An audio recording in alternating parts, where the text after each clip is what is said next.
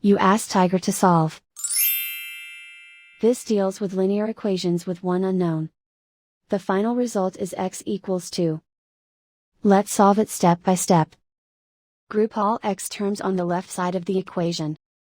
Add 3x to both sides. Group like terms.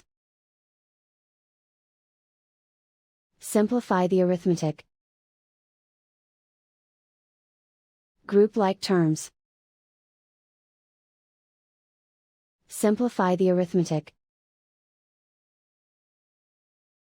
Group all constants on the right side of the equation. Add 7 to both sides.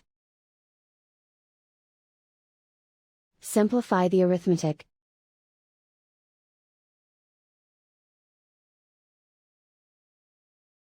Isolate the x.